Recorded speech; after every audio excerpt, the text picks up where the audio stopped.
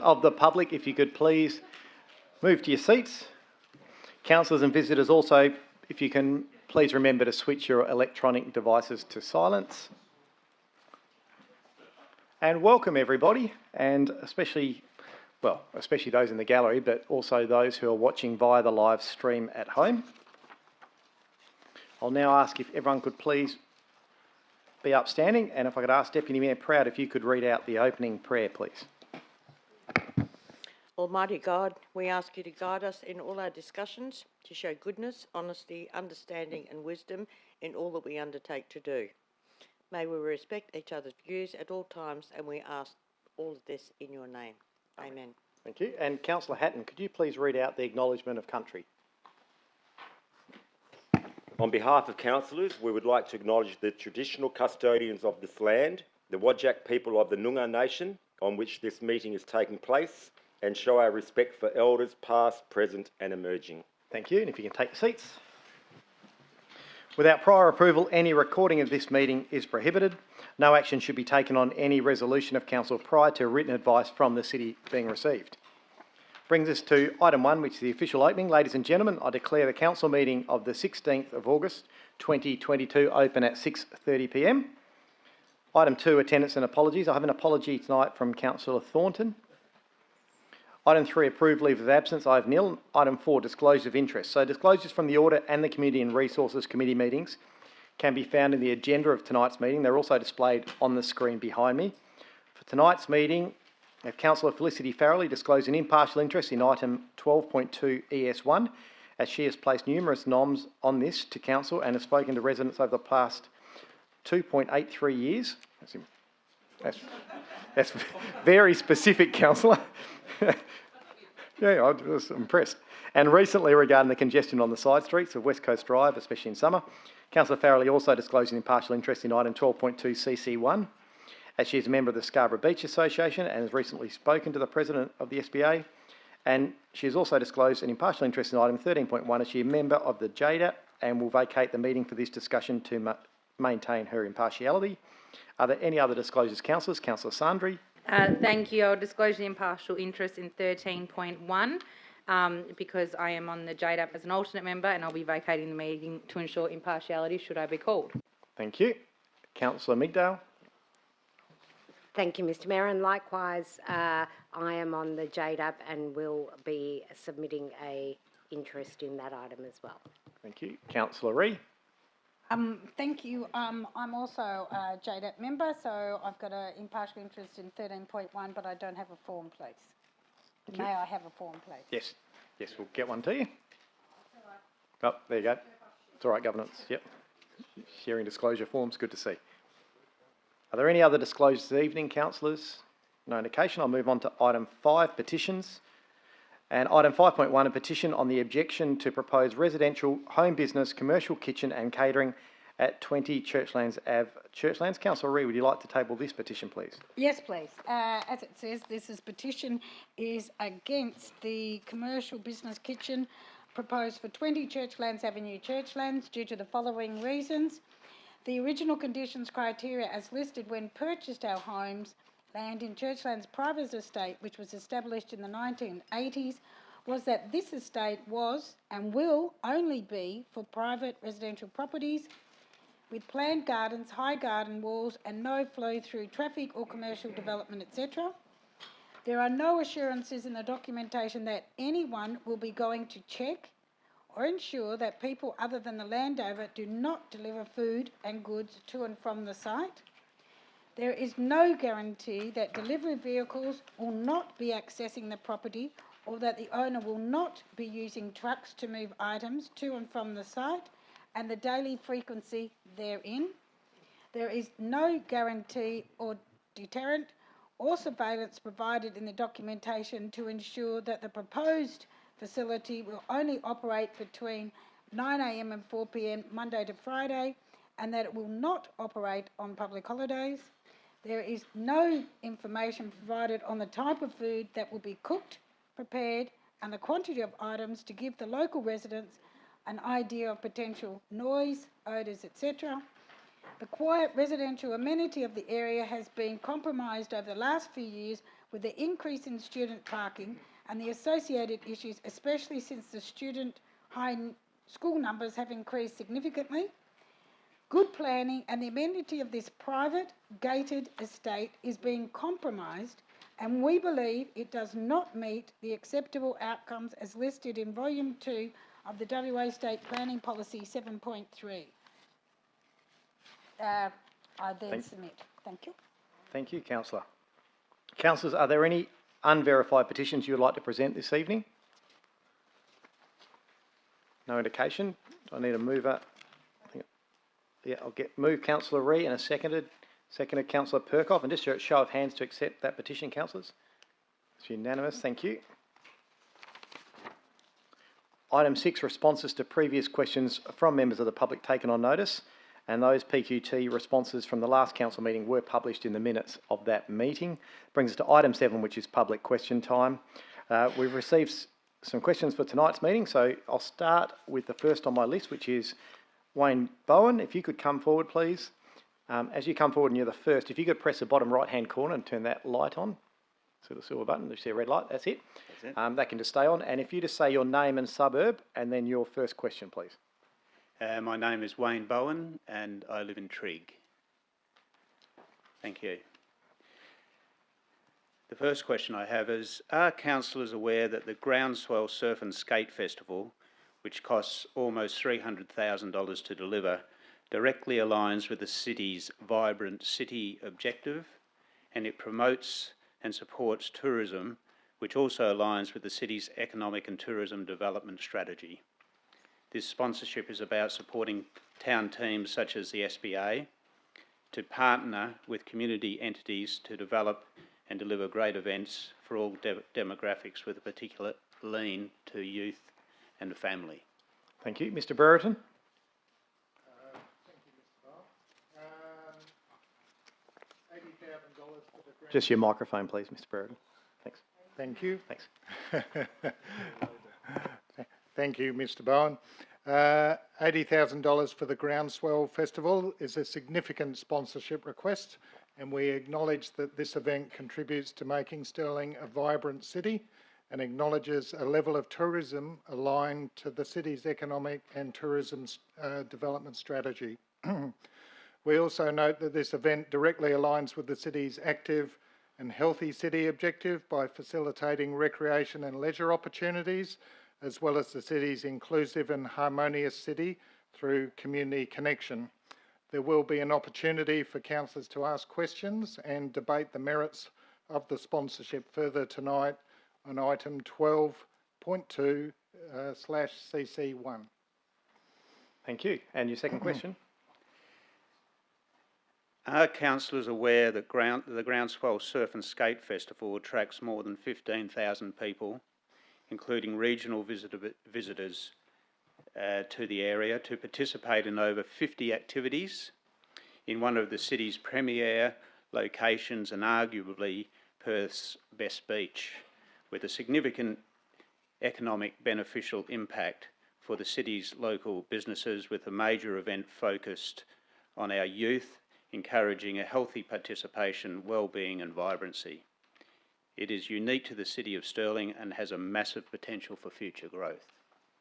And thank you for that question. Yes, council are aware of that. It formed part of the basis of the report in terms of the sponsorship proposal. Council considered it at committee and will consider it again this evening. Thank you.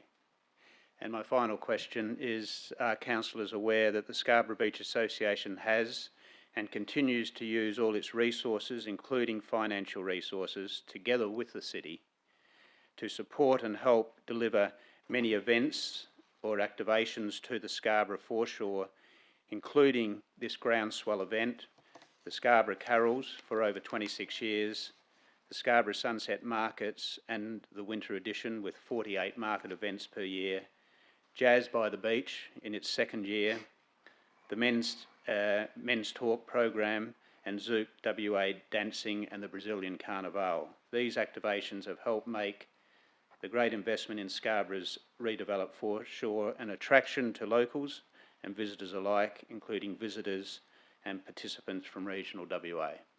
And yes, and I can tell you, Council are aware, following Community and Resources Committee meeting, there were several questions asked, and I know that did form part of the memorandum that went out to all councillors, but thank you for reminding us and thank you for the work you do.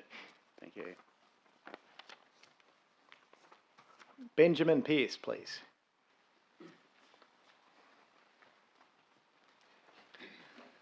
Thanks, Mr. Hi. Pearce. Your name and suburb.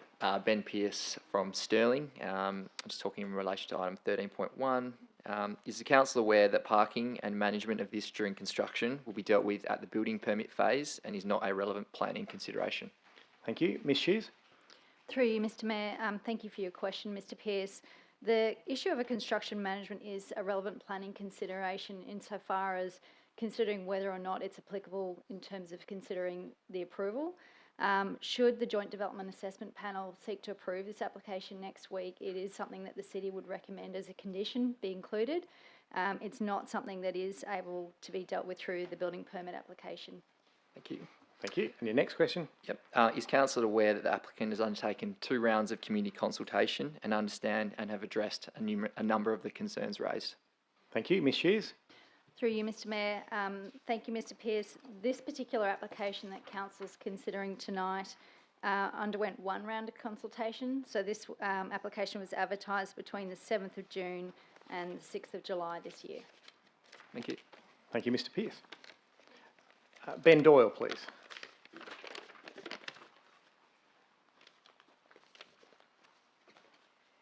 Thanks, Mr Doyle. Your name and suburb? Thank you. Ben Doyle, Perth. Sorry, just bringing up my presentation.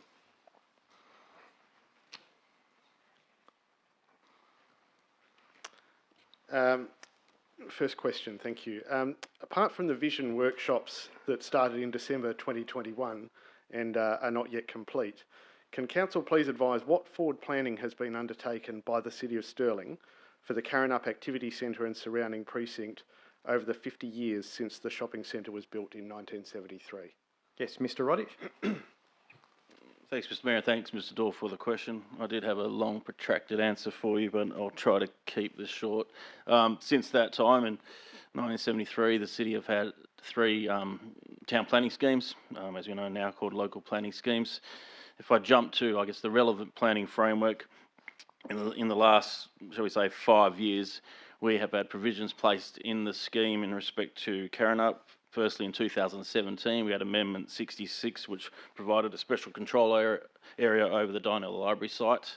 In 2018, we had Amendment 86, which incorporated specific residential setbacks for residential use on the Karrinyup Activity Centre, or likely the Karrinyup Shopping Centre site. We had a local planning strategy endorsed by the Commission in 2019, and that talked about, I guess, the future of the Karrinyup Activity Centre and forward planning as part of that. And finally, we have the local planning policy, the Karrinyup Regional Centre guidelines, which were adopted by Council in 2016. So they're the relevant local planning frameworks which we considered this proposal under. Thank you. Your next question?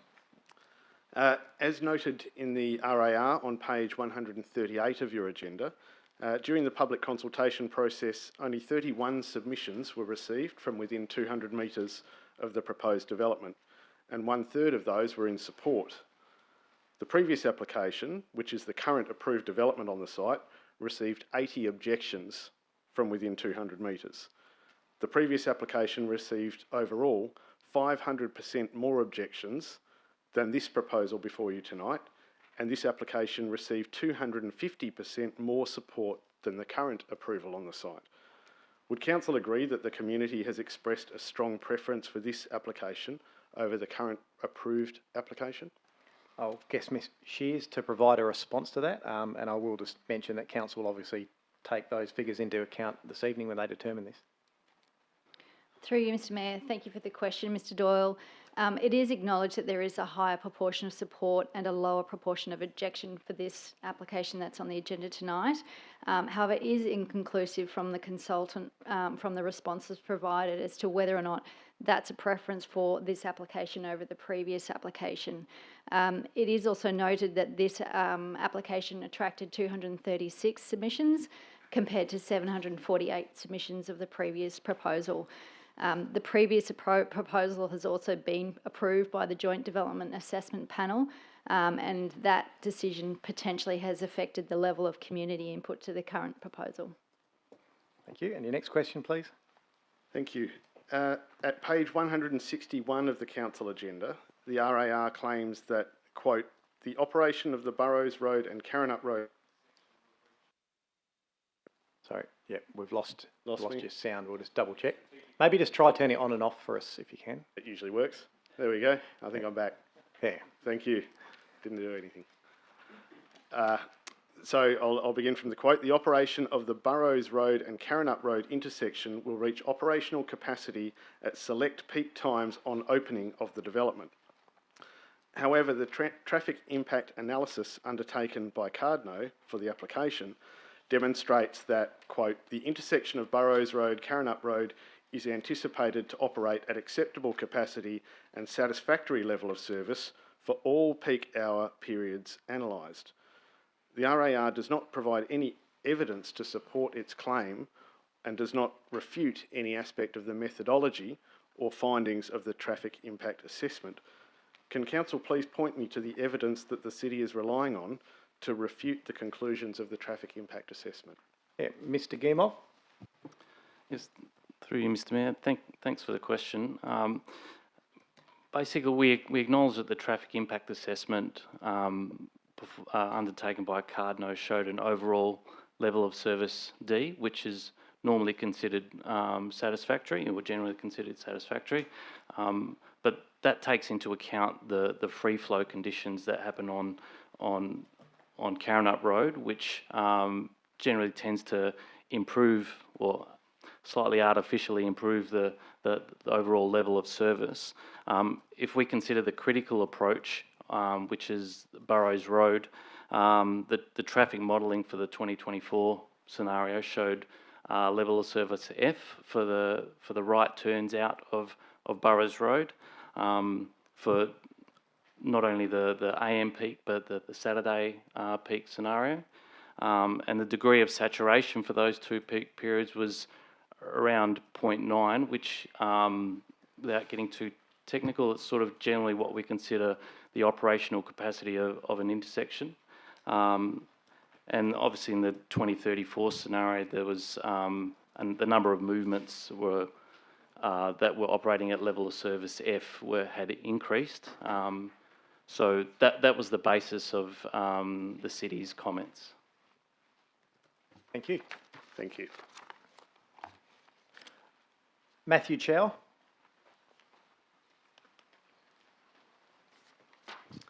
Hi, I'm Matthew Chow. I'm from Blackburn, who's the developer of the item 13.1. Blackburn's located in West Perth. Thank you. So my first question is whether the council is aware that, despite what's stated in the officer's report, that this proposal removes quite a number of retail parking bays.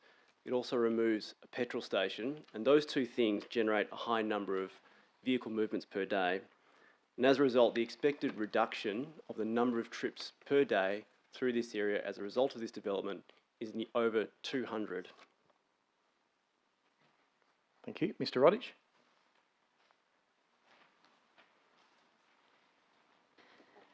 Oh, sorry. Mr. Guillemot, you provide an answer to that one.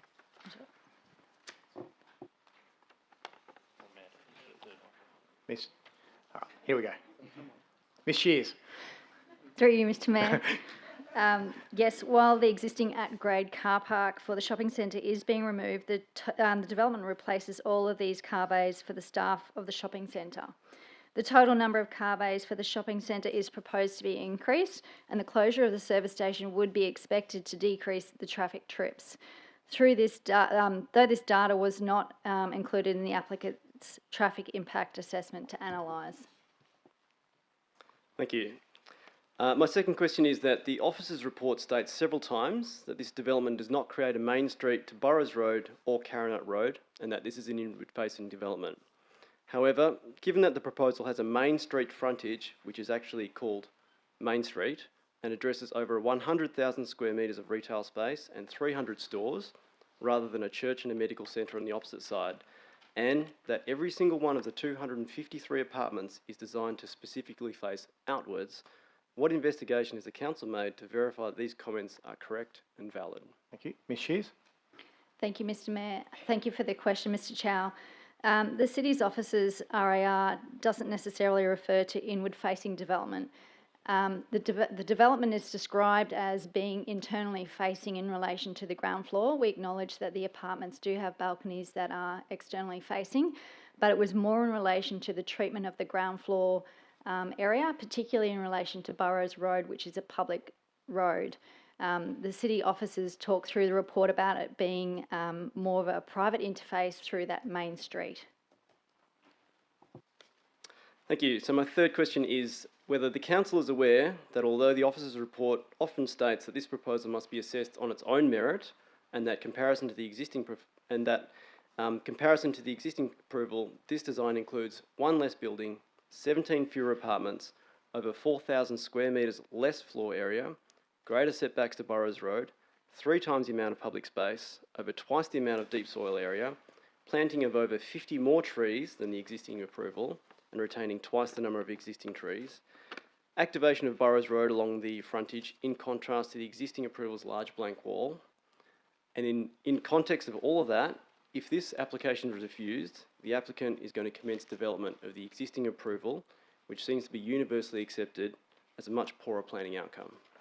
And thank you for that question. I can answer that one. And whilst I think everyone would acknowledge it is a better outcome than the previous one, it's not assessed in comparison to the previous one. It's assessed on its own merits and in regards to our relevant planning frameworks, and council will determine that this evening. Thank you. Thank you.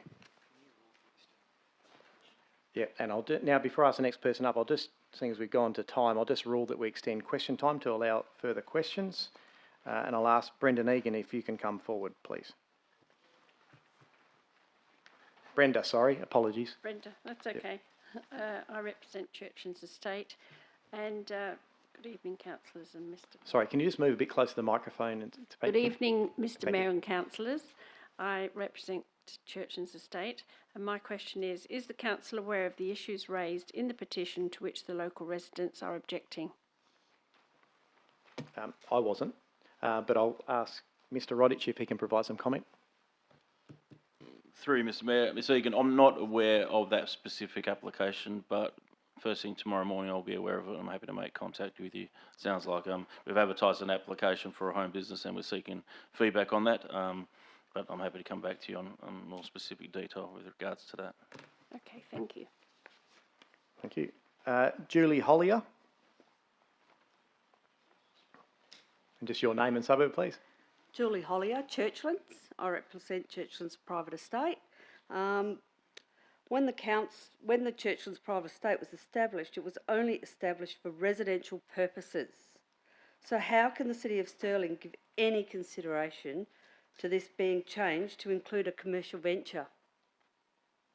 Thank you for that. I'll ask Mr. Roddick to provide some comment. Thanks, Mr. Mayor, and thanks for the question. Home business, home occupations are, I guess, land uses that can be considered in a residential area. We have planning policy which guide the officers in determining an application seeking discretion under the scheme, but it is a land use that can be considered in a residential area. That's not to say we will approve it, but there is a framework in place for the city to consider that. Thank you. Thank you. Sue Roberts-Smith, please. Good evening, Mayor, councillors. Evening. If the council does give consideration to the establishment of a commercial kitchen, can you give an assurance to the residents that the commercial practice will comply with national health and safety regulations, not just with their food, but with their noise, because all commercial kitchens need commercial extractors? That was my question. Yeah, thank you. I'll get Mr. Roddick to provide some comment, noting that it hasn't been determined by council yet, obviously. Yep. Thanks, Mr. Mayor, and thanks for the question. Yes, considerations, environmental health requirements will be considered as part of the city's assessment, whether or not they're conditioned accordingly. Sometimes they may be advice notes on the approval, but all those things will be taken into consideration to firstly determine whether or not that is suitable in the residential area. Thank you. Thank you. And lucky last on my list is Mr. Wheeler, Simon Wheeler, if you'd like to come forward. While you're coming forward, Mr. Wheeler, happy birthday for yesterday. Sweet 16 again, Mayor Owen. Social media, tells everything. Thank you. Good evening, Councillors, Mayor Simon Wheeler, Scarborough. I'd first just like quickly just to break with tradition and compliment the City's Planning Department on an excellent responsible authority report for item 13.1. I read my first question regards, all my questions regard item 13.1. The development report, which I read online, includes a compliance report which regarding potential contamination of the BP sites. Now, my understanding of these sorts of reports, they're thick, bulky documents which, you know, have a lot of information. So I've brought the entire report in for you.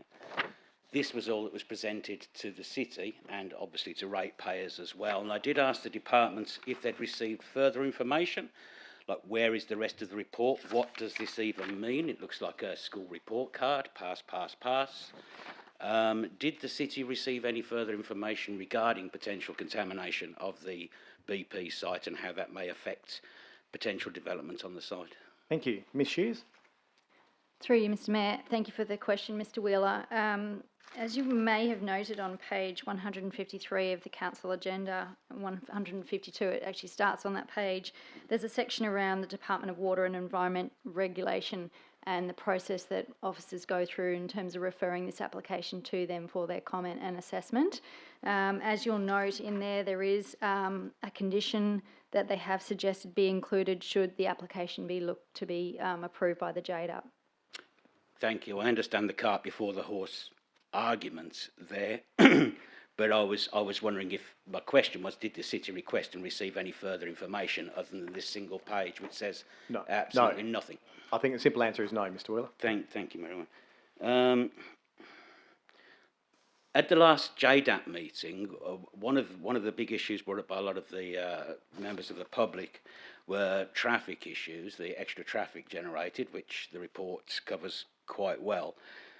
The concerns of a lot of residents were that the JDAP stated that they could only consider the application on its own merits and they would not consider cumulative traffic impacts.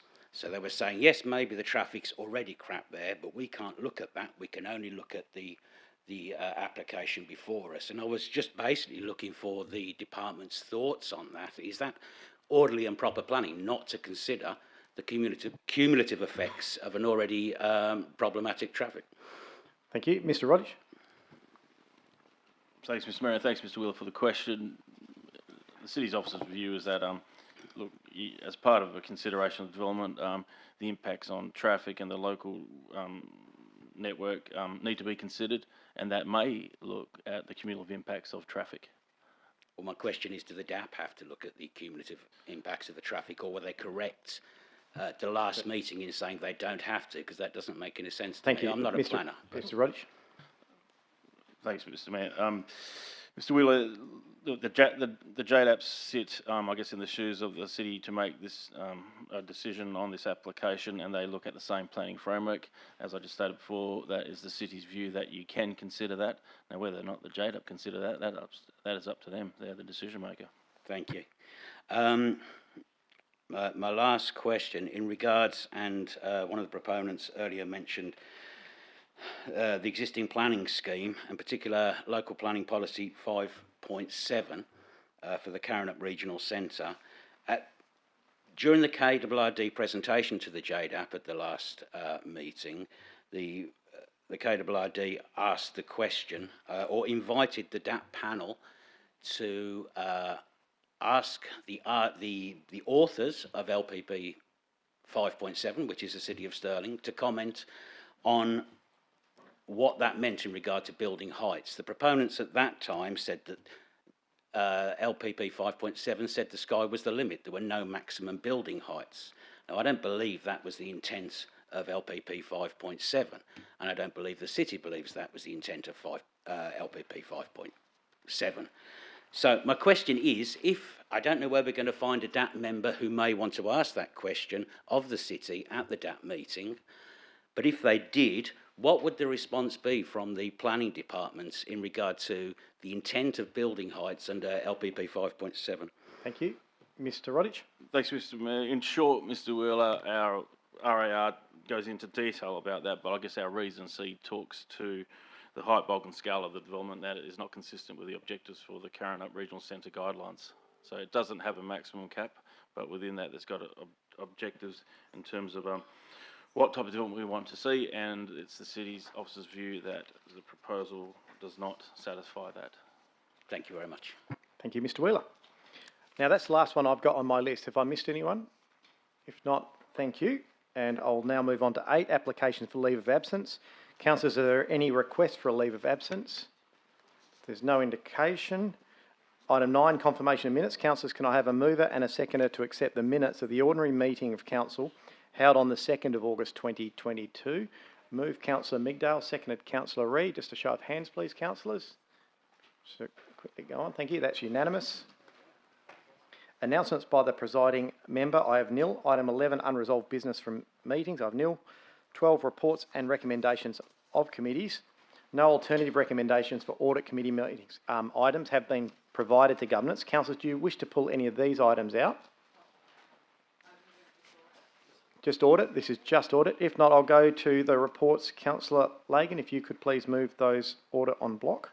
Thank you, Mr Mayor. I was expecting something to be pulled out, but there you go, that there is a change. So I move the items from order en bloc.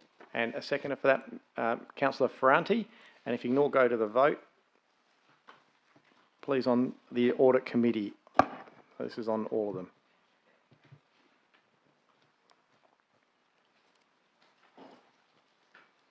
I've just got Councillor Lagan, if you can vote now. I think it is.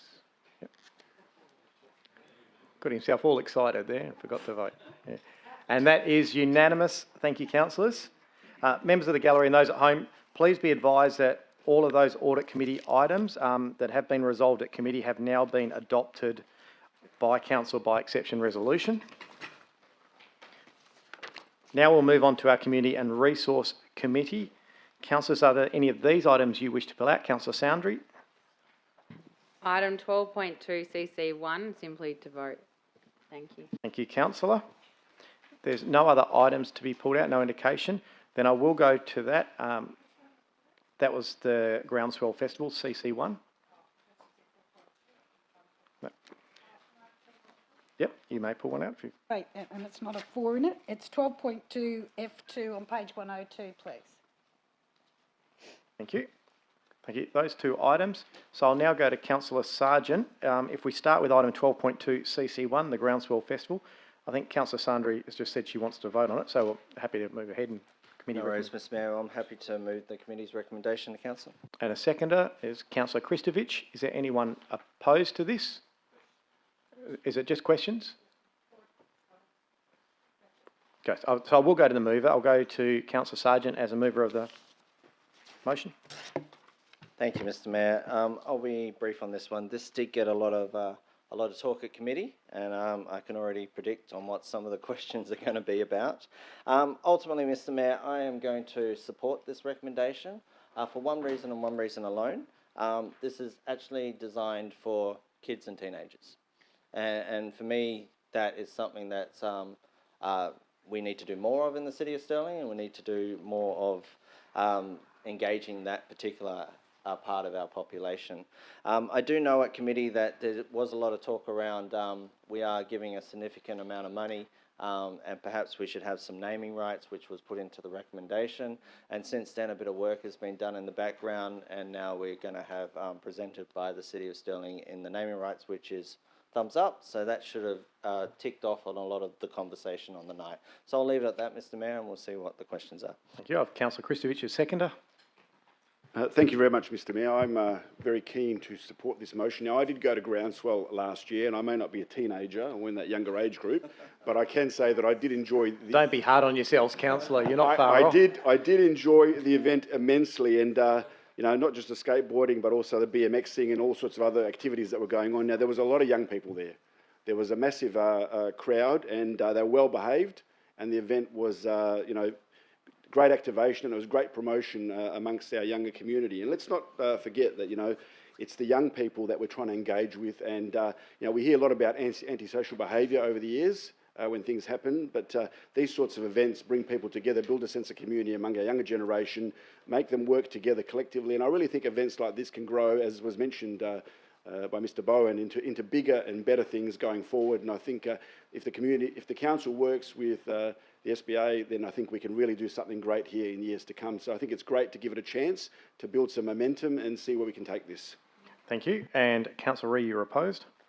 Yes, thank you. I'm not that I'm opposed to the event, because I think it's really great, and having lived all my life in WA and swam down at Scarborough regularly, I actually think it's a good idea. It has a lot of merit, and yes, there were young people down there, lots of hair.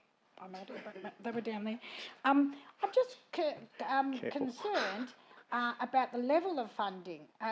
One, about because we started off with 2014 just $2,500, and now we're up to 70,000. So to me, that is a big jump. And I do believe the director once said before that we start high, giving community clubs, like 40, 50,000, and then as they take ownership, then city backs off and they run it as a community program. So I would have thought we would be going that way, not this way, and so that concerns me.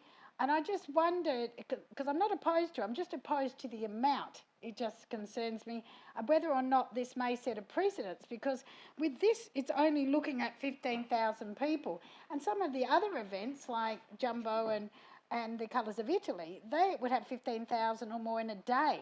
So does that mean that we would then say, well, instead of giving them $10,000, we can give them 160 because they've got more, double the amount? There's my question. Yeah, thanks. And I'll get Mr. Brereton to provide answer. I think it's important to note this is a different funding than the CAFE funding, which is to do with individual events. This is about a strategic focus on this event. Mr. Brereton. Thank you, Mr. Mayor. And I guess initially there was some seed funding to develop this event, but this event has grown significantly. And so there has been co-investment from other organisations as well. The numbers, I guess, initially were in 2014 were 1,200. We now have an event that is over 12,000 and is expected to grow. The intention is to identify this as an iconic event that we can actually develop over time. Thank you for that interesting comment. With the weekly summer markets and sunset markets and that, don't we actually give them some money towards that? We give the Scarborough Beach Association money towards those as a separate event, as in their role as a town team, but that's separate than this as a sponsorship for the Groundswell Festival. That was in the memo that went out to all councillors to explain that. Wasn't earmarked with the amount of money. Sorry, not on mine. My other comment was with Sorry, regard I'd to have to drug correct aware. that. On the memo that all councillors got, it was marked with all the amounts across all wards in the different town teams and events. Well, on the top of page 2, where it's got Scarborough Christmas 25, it's got 10-2-2-25. On the top, it doesn't actually say anything towards the market, so that's why I asked that it wasn't separated out there, which I thought we did ask for. So, would you like me to give you mine? Let me see, Mr. Quirk. Sorry, I just know he's got it here. Through you, Mr. Mayor. Yes, further down on page number 2 of that memo, question number 5. So the city provides a combination of sponsorship funding, CAFE funding and town team funding to the Scarborough Beach Association. So you'll see in that table the amounts there. So $20,000 is the place activation funding. The balance is a combination of CAFE funding, which is towards the markets, and sponsorship funding, which is towards Groundswell. Councillor Ree. Thank you. I thought I was quite capable of reading a table, but yes, that's good. old maths teacher. I was just commenting on about the top, which actually doesn't have a fund with a numerical value at the top of it. That's why I asked why that didn't have a numerical value, but it's embedded in the bottom, which doesn't make quite sense because you've got it up the top should be up the top as well. So it is trying to make sure it's clear. Happy to take that on board, and I'm sure Mr Quirk and Mr Brereton will take that on board for next time. Thank you, Yes. you're so kind. My other question is the Drug Aware, which also got funding last year, which I did ask for it to be how they fit it into here, but that's nowhere in the memo, and they did get funding. Yeah, that was clear in the council report that came to committee and was discussed heavily regarding state government funding. So Healthway provide funding to lots of events, and part of it is using the Drug Aware or other branding that should be promoted during the event. That was in the report, and it was clear that they provide, I think it was 40,000 off the top of my head. That wasn't my question. My question was the City of Stirling actually gave money towards Drug Aware as part of our drug program last year. I can't imagine we would have funded Healthway, councillor. We weren't. I don't even need to go to the director for that one. I thought it was Drug Aware program, but maybe I could be wrong, but I know it was a drug something or other. I'm fairly confident. Mr Brereton might know the actual word. I'm fairly confident if we move on, it's irrelevant to this, and that we don't provide any funding to Healthway. It was look, I totally agree, and there's lots of other reasons why we shouldn't give to Healthways, but look, I totally agree. Yeah. What I was saying was that where we split all the money up, just to be fair across the city, that was my concern. But I think you'll find that was something to do with the local drug action team or something along. Yep. Yeah. That's right. No, that's what I'm here for. Councillor Lagan, over to you. Yeah, thank you, Mr Mayor, and thank you to the officers for the report. I did put a declaration in as I've worked in the space around Drug Aware.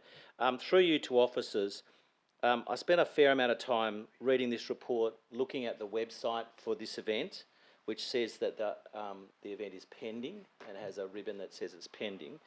But I can't find anywhere where there's specific reference to Drug Aware messages. Can the officers tell me where they are? I would suggest the event hasn't happened yet and the full advertising, it's just pending an event, and it's part of the condition of the event that the banners and the Drug Aware information is provided during that event.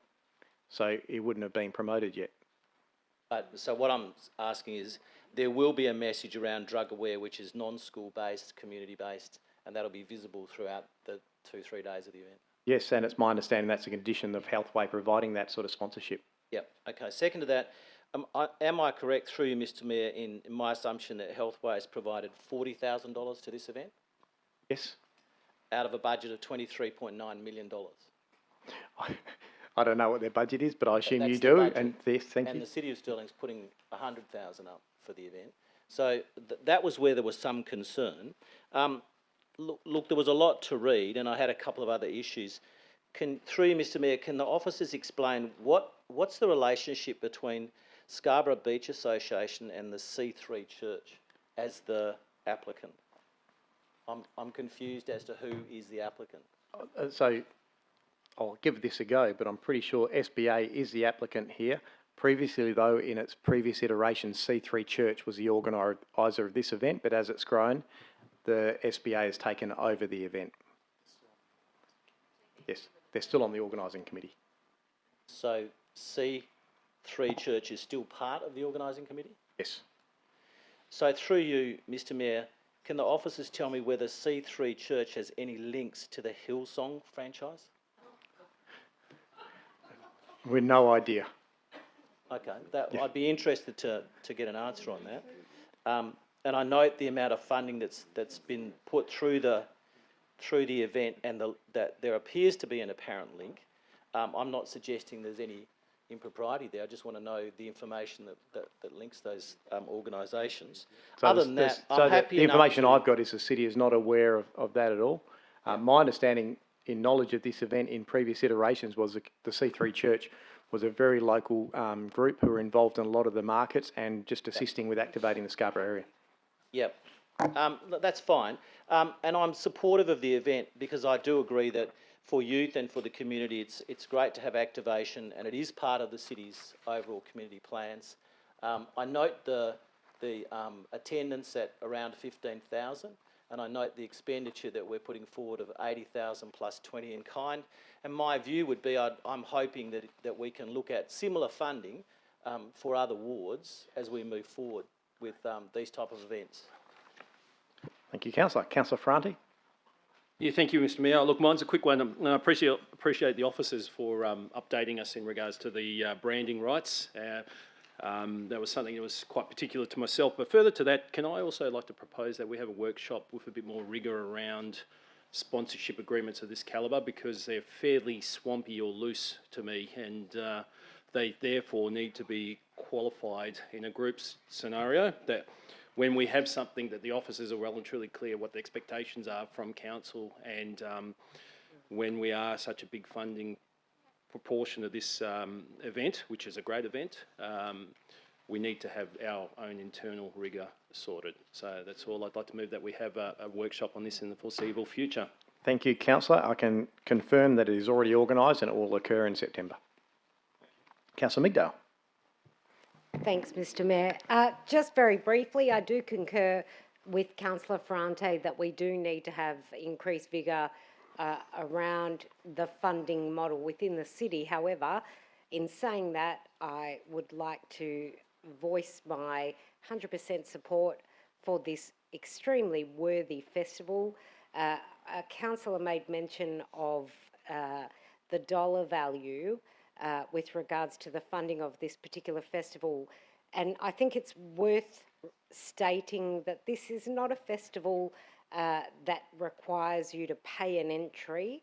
It is a free festival. It is all inclusive, and it celebrates awareness in our young members of the community, and for the benefit of Councillor Chris Disovic, those not so young as well, and has a very positive overarching message and has been successful year on year. So well done, Stirling, for supporting this very worthy cause yet again. Thank you. Thank you, Councillor. Councillor Hatton. Yeah, hopefully very quickly, Mr Mayor. Those who were in attendance at committee might remember a point of order was brought against me, and probably rightly so. My intention was to point out the cost benefit to the City of Stirling, ratepayers and so forth, and it might have been taken that I was saying that the locals would not benefit enough. And maybe it came out the wrong way, because I do appreciate officers sending the memorandum and identifying more specific information, and having a look at it now, I fully support this event. And it certainly is going to be a benefit to local schools and to a myriad of sporting organisations as well. So, yeah, very well done. I fully support this. Thank you. Thanks, Councillor. Councillor Farrelly. Thank you very much, Mr Mayor, and through you, I, as you would realise, I'm very supportive of something that's occurring in the Coastal Ward that brings in the calibre of sports people in the teenagers that have turned up for this carnival. I was quite overawed by the way last year was organised, and I think for the carnivals, or the ceremonies or whatever I went to, that the City of Stirling is associated with, that was definitely a standout. And congratulations to the the Beach Association for doing that. I would like to bring into the context of this that the Beach Association is a town team. I'm just quoting, thank you, from the very well prepared sheet by Chantal O'Sullivan and by our Director Michael Quirk, that through a combination of place activation grants, community arts and events grants, community creativity fund and sponsorship, depends on the nature and the activity and the intended outcomes. This is what town teams can go for. And really, to the Scarborough Beach Association, I think they've done extremely positively in supporting their members in acting as the vehicle to achieve an absolute wonderful outcome for those opportunities. And I think they should be congratulated. And it sort of shows you by example what you can achieve in these town teams. I think you actually run it as a proper town team. Well done. Thank you. Thank you. And with that, I've got no further indication, so I'll go to Councillor Sargent if he wishes to close debate. Thank you, Mr Mayor. Sounds like a lot of positivity in the room. for this event, which is actually a good thing. This particular event is something the city should be getting behind. It's something that the city should, and you can see it's been running since 2014. Its attendance is just going up and up and up and up. And I do expect that this year will probably have the highest attendance than it's ever had. And if the city continues to support and sponsor this event, it will end up being one of those flagship events that the city can be proud of, it can look towards and look forward to every year. So I wholeheartedly support this motion on the board here, and from what I hear around council, I'm glad to hear that there's a lot of councillors also.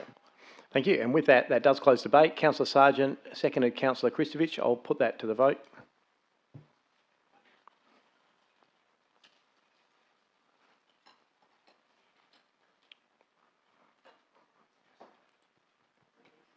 Councillor Farrelly. Vote. Thank you, and that is unanimous. Thank you very much, councillors. We'll now go to item 12.2 F2. It's been put out by Councillor Ree, and again, Councillor Sargent as Chair of the Committee. Thank you, Mr. Mayor. Just move the committee's recommendation. Thank you. Is there a seconder for this? Thank you, Councillor Migdale. Is there anyone opposed, or have you just got a question, Councillor Ree? You're opposed? Is it just a question? Yeah, I'll just allow that if we can. Yep. Sorry. Thank you. I'm just concerned that on, and thank you for the report, Seaver, Mr. Bellerin, sorry, the financial summary that I did mention before when we're looking at the statements, when we consider that we've had a significant loss in the workforce, you know, over 200, I would have thought that there would be something in here to actually state the difference must be affecting the financial figures, because we've got people not there, we've got long service leave, which is an issue, we've got a whole lot of issues, and it should have been reflected in here, and I just wondered why it wasn't. I have mentioned that before. Thank you, and I can start by answering that. The relevant questions around the figures you quoted, the officers have committed to going back and checking those and providing a further update to councillors, but otherwise the staff movements are reflected in the report. But I'll get Mr Manoharan to provide response. Oh, Mr Richards. Sorry, I didn't see you hanging off the end over there. No worries. Through the chair. Yes, so in the statement we're showing a variance of a salaries and wages variance of 2.2 million. That is actually, there's a number of pieces to that variance. So firstly, there's the actual staff costs. Then there is the incidental costs, workers' compensation insurance, training, etc. We also have our salary recovery in there. So the staff element of that is a variance of about 3.9 million, which is offset by the under recovery of labour as the main variance. So that's probably a lot closer to the figure that you're thinking should be there in terms of the staffing element. Councillor Ree, have you got a follow-up question? Mr Richardson. No, just for clarification, Mr Richardson made the comment it's in the paperwork for 2%. Could I ask what page that was on, or did I miss that? I had read it. Sure, Mr Richardson. There, but it's not in the summary document. Certainly, that's page 107. So this is the rate setting statement under the expenditure from operating activities, the employee costs. Apologies, I wasn't looking at the rate setting, I was looking at the summary. I would have thought with that significant amount of staff changes, it would actually been in the summary on page 104. Thank you. Thank you. Noted. With that, it hasn't gone to debate, so I will just put that item, 12.2 F2 on page 102. If we can vote on that item, please.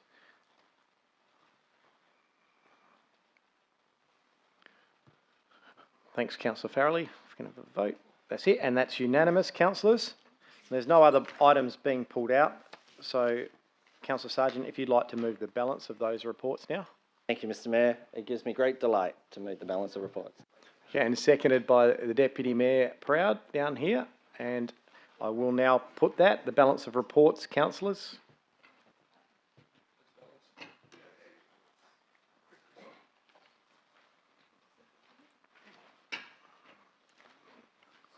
Thank you. I've got answer, Councillor Criado. Thanks. That is unanimous. Thank you, councillors. Members of the gallery and those at home, please be advised that the remainder of those Community and Resource Committee recommendations from the committee have been passed by exception resolution.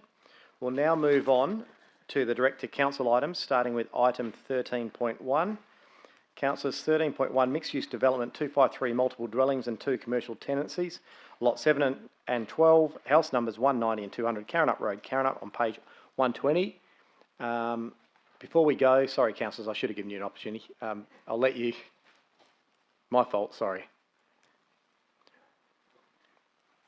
These councillors form part of JDAP, so they're leaving the room, so they're not part of the decision making in this forum. Now that they have left the chamber, so noting we have Councillor Migdale, Councillor Sandri and Councillor Farrelly have left the meeting at 7:24 p.m. I will now go to Councillor Kristovich to move a motion.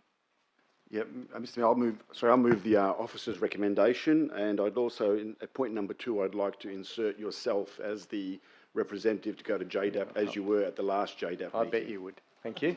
And Deputy Mayor Proud has seconded that. Okay.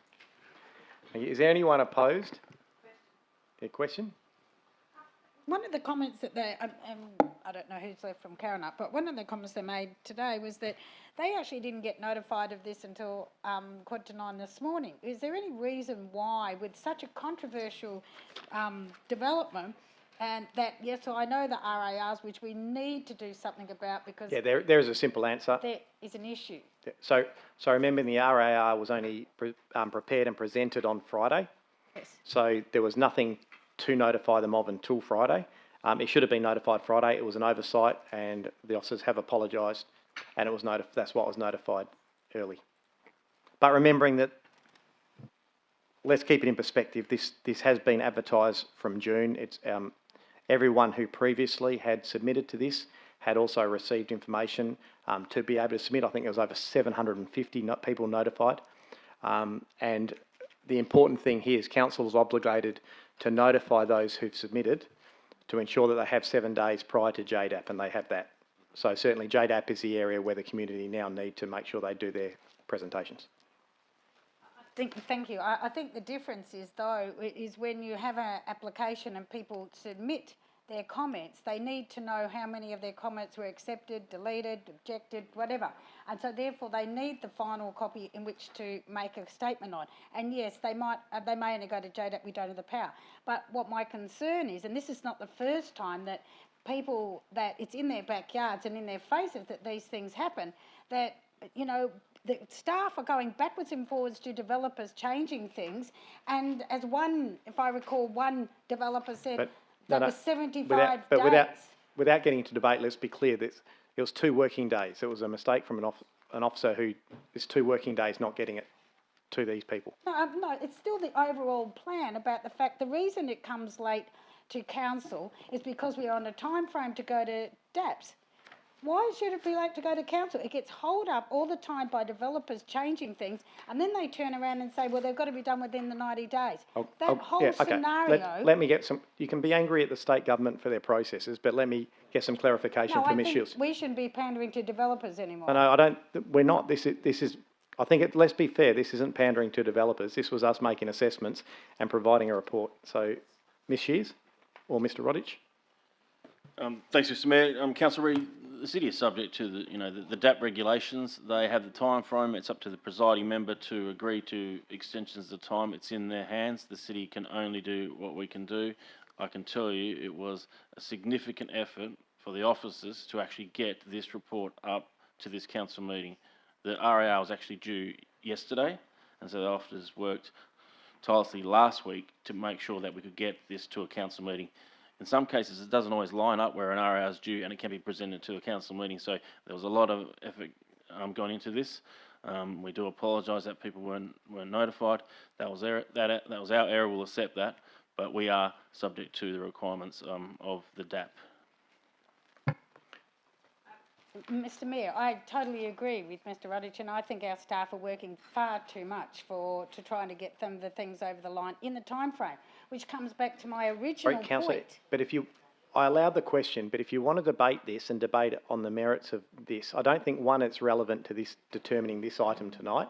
I think this is something that could be taken offline, unless you want to debate. I'll put up a notice of motion because I really believe it should be addressed because it's unfair on our community. And Okay, so now you're debating, so save it for the notice of motion. Happy for you to do the notice of motion, but let's do it at the right time. Thank you. So there is no one opposed to this. So it's been moved by Councillor Kristovich and seconded Councillor Proud. I'll put that to the vote, councillors.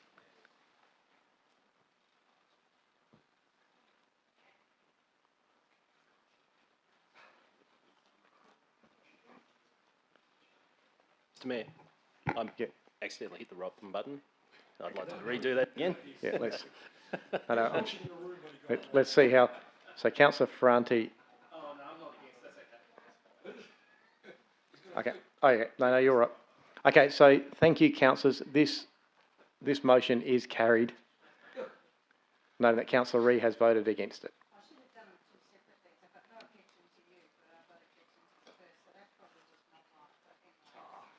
That's right. One and the same. I think it's fine. Thank you, councillors.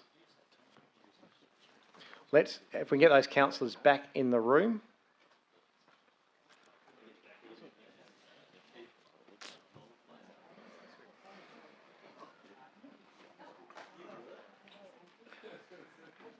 And we have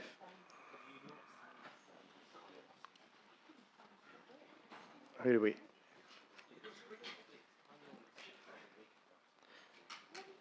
Noting that the councillors have all returned, we have Councillor Sandri, Councillor Migdal and Councillor Farrelly are all returned into the council chamber. We'll move on to item 14.1, a proposed notice of motion from Councillor David Lagan for funding for a completion of the Dianella BMX project. Do I have a mover of a motion? Councillor Lagan, I'm assuming you want to move your motion. There's a motion on page 280. Yes? Just Councillor Lagan, your motion, your microphone. Look, I've got nothing to add. The report is fairly... Tell me you're moving the motion. Oh, yes, sorry. I thought we'd already gone through. I'm actually in shock because Councillor Rees said that she was supporting you. I want that on a long play on my phone. Thanks, councillor. And seconded Councillor Sandri. Is there anyone opposed? Is it a question, Councillor Kristovich? Yeah, just a question. I mean, how many wards actually have a BMX facility, just out of interest? And is this something that's planned for other wards as well? Yeah, it would be in the BMX. When are we going to be getting the coastal ward? Scarborough, what are you talking about? That's a dangerous game to play, councillor. I'm pretty sure the 100,000 you just endorsed for the Groundswell Festival is one of the greatest shows of BMXs in the state. Anyway, there's obviously no one opposed to this, so I will ask, move Councillor Lagan, second Councillor Sandri, if we can put this to the vote.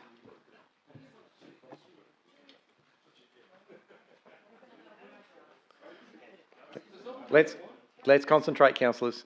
Councillor Ree, your vote. Councillor Ree, a vote. Yep, sorry, it's come through. That is unanimous. Thank you, councillors. Councillors, do you have any other proposed notice of motions you would like to raise? Councillor Ferranti. Thank you, Mr Mayor. I did propose that to our good team in governance over there, and hopefully they've had time to type it up okay. That a report be presented to council that considers the reinstatement of prizes and incentives for upfront annual payments of rate notices. Just for clarification, Councillor Perkoff, no it wasn't, it was Councillor Ferranti's, it's in writing. Thank you. You snooze, you lose, councillor. And I will now, if there's no other notice of motions to put forward, just your microphone, councillor. I'll go to question, item 15, questions by members of which due notice has been given. I have nil. There is no new business of an urgent nature on item 16. Item 17, matters behind closed doors. We have item 17.1, the use of the recycling centre Balcatta. It's part of the confidential agenda on page 10. Can I have a mover that we go behind closed doors? Councillor Ree, seconded Councillor Ferranti. Just a show of hands, councillors. Thank you. It's unanimous. If we can go behind closed doors for this last item.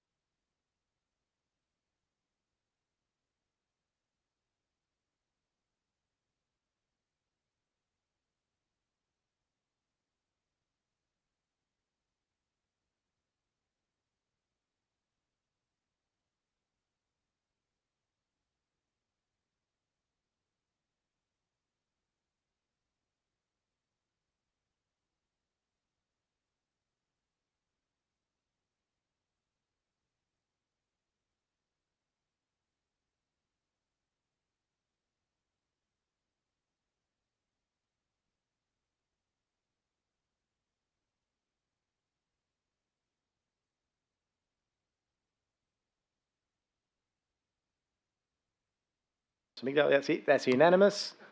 That brings us back to council. We'll open the doors. I'm assuming that they probably went home.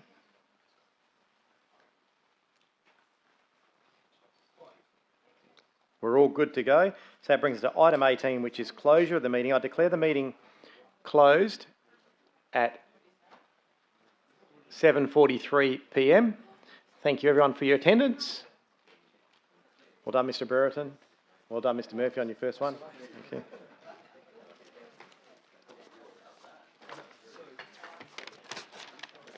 This is so much